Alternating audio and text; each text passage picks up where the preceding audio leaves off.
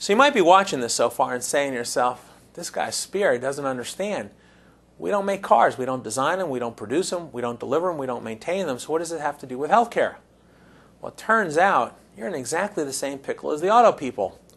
Now, think about the capacity of healthcare professions to actually diagnose and treat illness, injury, and disease in 1964. It wasn't so darn good. Now, today is great. But the reason it's great today is for exactly the same reason that the Ford Mustang is much better today than it used to be. Science and technology have advanced tremendously, but with that advance has come enormous complexity in the creation and the delivery of value. So let's look at one disease and just use that as an example for so many other situations with which you're familiar. Back in 1964, if a woman was diagnosed with breast cancer, her survival rate was 50, maybe 60%. And the reason was the survival rate was so poor was the science and technology of diagnosis and treatment was incredibly poor.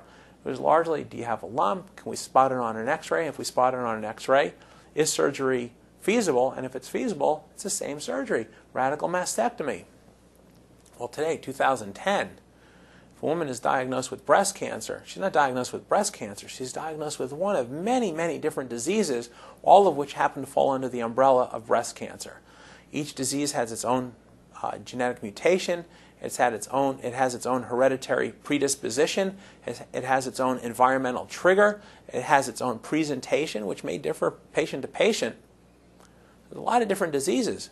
Now, the good news is the science and technology has advanced so far that you can actually determine and make distinctions between these different diseases.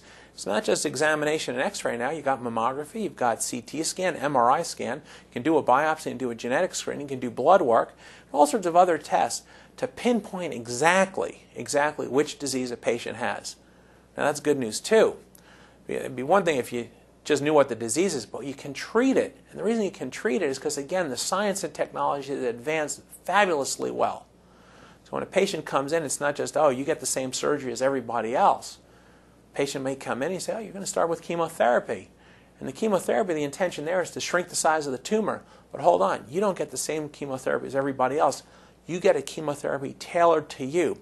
So the nurses, the physicians, the pharmacists, the techs, the administrators all have to worry about what drugs, in what combination in the cocktail, what timing, what dosage, all to shrink the tumor as a lead up to surgery. But again, it's not the same surgery. You might have one of several different types of surgery to take out the tumor, followed by radiation. But again, it's not just one type of radiation. They're all different types of radiation therapy intended perhaps to clean up the edges of the wound site to make sure that no cancerous cell was missed. And after that's been sorted out, both calculated and developed, planned and delivered, might be more chemotherapy to get any stray cells that ran away into the rest of your system. And after that second round of chemotherapy, different from the first one by concentration and dosage and timing of the cocktails you get, there's going to be reconstructive surgery if necessary, rehabilitation, hormonal therapy, nutritional counseling, maybe some psychological, emotional counseling all tied in. And here's the thing. After a patient has navigated their way through this system, and you as a healthcare professional have been part of this elaborate choreography of providing care to a patient, another patient will show up and need a different treatment plan. Maybe it's chemotherapy, surgery, radiation, and chemotherapy again, but different chemicals and different combinations, different types of radiation, different types of surgery. Maybe it's in a different order. Maybe it's radiation first to shrink the tumor, followed by surgery, followed by chemotherapy. That person follows a very different pathway through the system. Again, great news. What's the great news? The great news is science and technology have advanced so far since 1964 as to make the diagnosis so much more accurate, to make the treatment so much more tailored. Great news from the perspective of the patient. And I'd argue great news from the perspective of the healthcare professional who now treats patients with a very good chance of actually curing them. So great news all around. But where's the difficulty here? And there is difficulty. It's designing and operating the system through which care gets delivered. See, back in 1964, what did you worry about?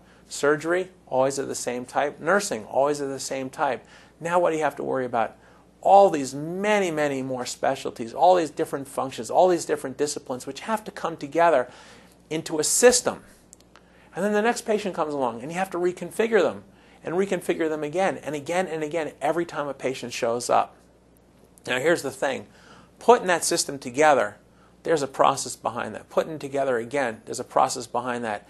And you know, getting that process right on the first try, it's just not going to happen. It comes back to this necessity of innovation. The necessity of innovation on systems, the need to generate and then sustain broad-based, high-speed, non-stop improvement, innovation, and invention.